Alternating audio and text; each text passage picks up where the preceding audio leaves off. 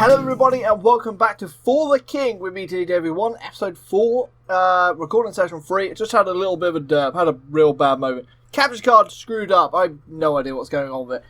In the bit that you missed, we took on the Hangman. The Hangman is a scourge. We won that fight quite comfortably. And then we took on the encampment as well in that episode. It's frustrating, it's like 15 minutes of footage that has been wasted. We did get a great helmet for TW1. He has now got the Hangman Hood. As that you can read, it's very good. Increases in crit chance, increases his damage against undead. Gives him 10 to his vitality. His vitality stat is now 95, which is maxed out. And it also makes him immune to the death mark. I'm not sure what the death mark is, so we'll see what that is. But yeah, he is now immune to that. We also went on to win that fight against the little side quests. We got the War Axe as well. We were trying to build towards that. It was actually a lot easier of a fight than I thought. We didn't take too much damage because only one guy was level 3 and the other 2 guys are level 1s. I thought it was going to be a harder fight than it was. It wasn't. We won it, but we're not using the axe because we've got the maxed out vitality stat, and that leads into the rusted knife. And the rusted knife also increases crit chance, so that's 10%. That's 15% if you include the helmet and now the knife as well, which is a real Brucey bonus. The other thing is I think this War Axe is only one-handed. That's handy, and it increases your speed, which is handy to have as well on T-Davy. He needs his extra speed stats if we can. So this episode, we're going to head into the Glistening Mines. I'm really frustrated that we lost out on last episode footage, but we shall not dwell on it. We shall enter the Glistening Mines, and we shall enter the depths that is despair. This is basically, so this is like fight after fight after fight, and then every now and then you get a rest stop, every now and then you get a chest, or you get a little challenge, or a little trap. So this is what this is. It's like a dungeon, really. It's just endless battling. It's very these are the places where you can lose a lot of lives and you can lose the game very easily. So first fight up is all about Jelly Cube with that 30 health, and Jelly Cubes are a little bit of a pain in the backside. I think we're over leveled for this ever so slightly, which is handy because it means that we can win it. Also, by beating the Hangman, he wasn't even on our timeline when it comes to the timeline at the top. So we've just knocked him out of the game nice and early on, which makes the game a little bit easier for us. We are ahead when it comes to the timeline at the moment. This is an important fight though.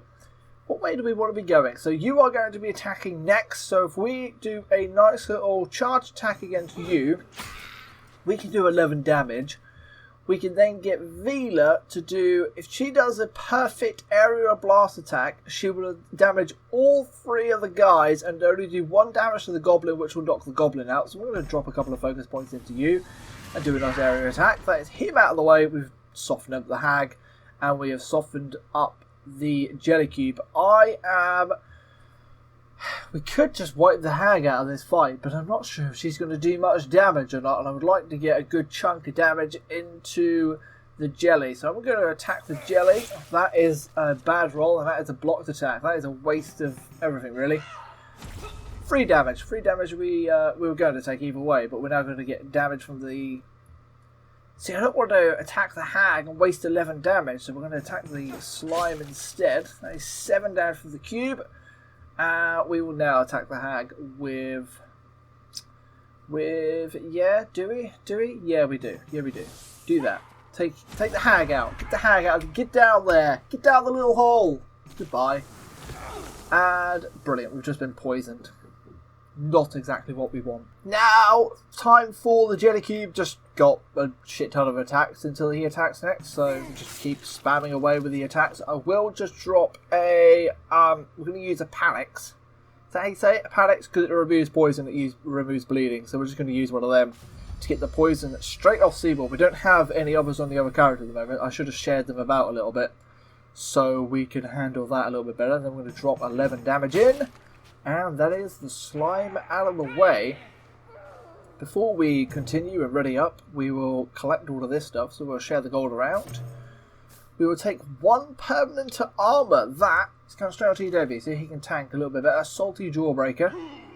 And that is some poison damage that we don't want to be dealing with. So we will instead go into our inventory on Seymour and pass one of these guys over to either of the guys as T. Davy has the most health. I'm just going to give it to Vila. And then she can use that to get rid of the poison on her. She's only blind now. Can I get rid of blind? Do I have anything to deal with blindness? I should have probably sorted that out before we came down here. Drats. I didn't. Now we're going to have to just deal with it. Hopefully there's a shop in here at some point. We'll be fine. Bone Fighter, Cat Purse, and a Goblin. Goblin Shaban. Who's going next? Cat Purse, but he's going to attack no matter what. We can't do 14 damage unless we get a critical. So I'm thinking, let's take out this guy, because if we do 11 damage to him, that is going to be wonderful. That means Vila can do our area attack damage yet again. Do not steal money off Vila. Well dodged, my friend. Well dodged. We'll then do area of attack and drop one focus point into that. Goodbye to that guy on the right hand side. Bone Fighter is next up.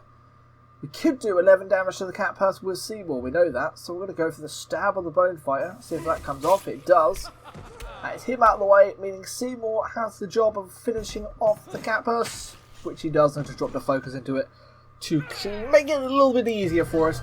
It's all about looking at the timeline, looking about, knowing what damage you can do. We've got a Bone Club, which we will collect. We're not going to equip it.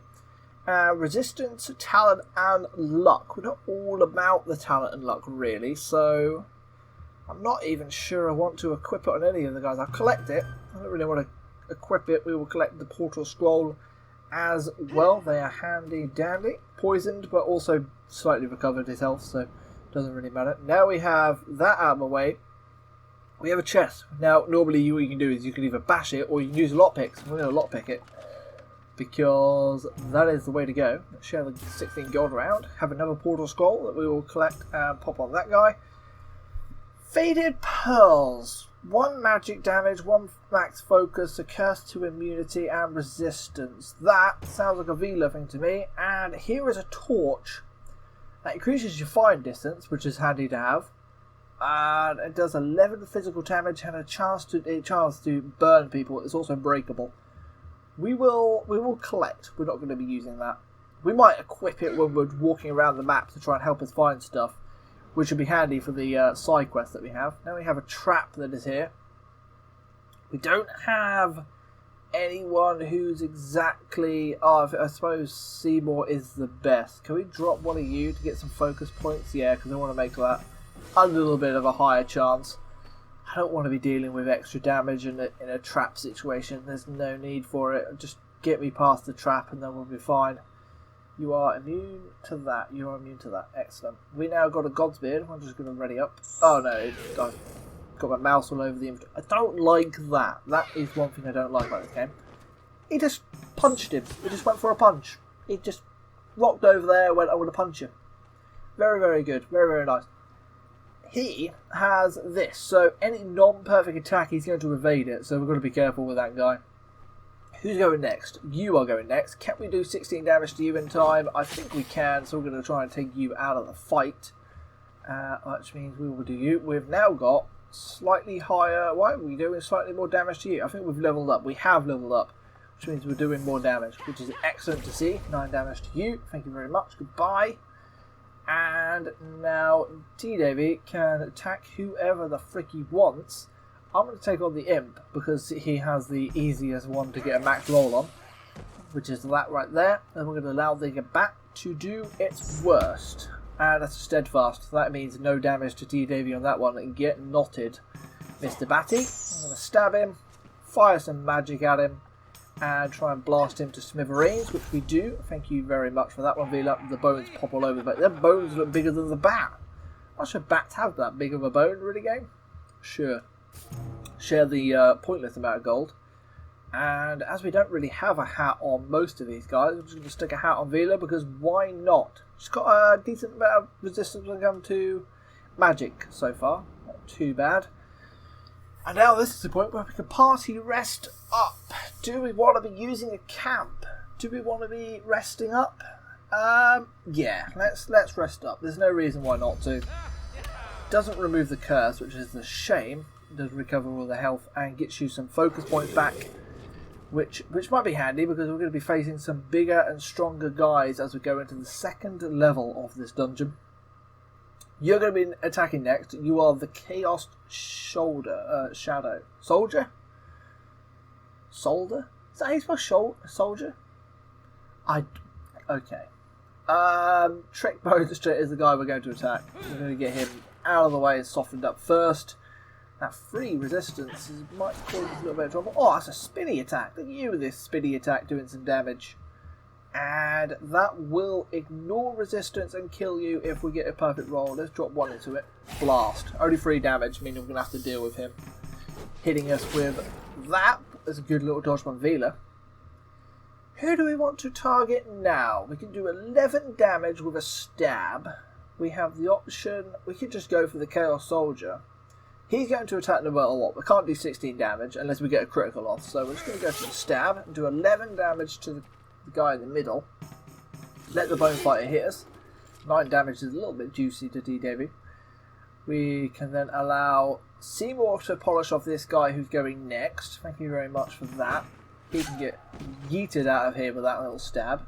Look at that, he's now got an extra weapon. You can pick that up. And Vila can then polish off this fight with a decent roll. Hopefully we can. That is really frustrating. I should have probably dropped the focus point in to annihilate that. I think it was just going to make us frozen, yeah, which actually hasn't worried us too much. We can do a stab, and we'll do the stab to try and take you out of the fight as best we can. Critical would kill him. Critical doesn't, though. There's no critical rolls. We have to deal with another attack from him. So 9 damage. He is doing some damage. I'll give him that. Let's do a charge attack. There we go. 4 damage. That'll do. And now we just need a semi-decent roll, Vila. Thank you very much. 3 damage. That'll kill him off. Next, we go into another dungeon progress. Share the gold around, as always. Might use that. Just pop your health up a little bit more. It's getting a little bit on the low side. We've got no more poison, I suppose, is the bonus. Still cursed, though. Still blind. Still blind as a bat. We have an intro. This is a little bit more of a tricky one because there's some level 2s in here and they can do a little bit more damage to us. We are now all level 2 apart from Seymour, who's level 3, I suppose. Who do we want to target and who can we get out of this fight? Can we get you? Can we do 19 damage in time for you? That is only 9 damage because I forgot that he's got an armor stat, meaning even a perfect roll is not going to kill you at this point. That is a shame. I'm just going to do an area blast attack on all 3 of them instead. Just try and soften all 3 of them up a little bit. We'll have to deal with that stab attack. That is 12 damage straight to T-Navy. And that is fire, which we've just resisted. Because we've got the resistance stat down here. Now we've got decisions to make. You're a 5. You're an easy little mop-up kill. That's no worries. Vila can deal with you. Can we target one of you guys out? Yeah, I think we can target you. That's 14 damage. So that's an easy kill.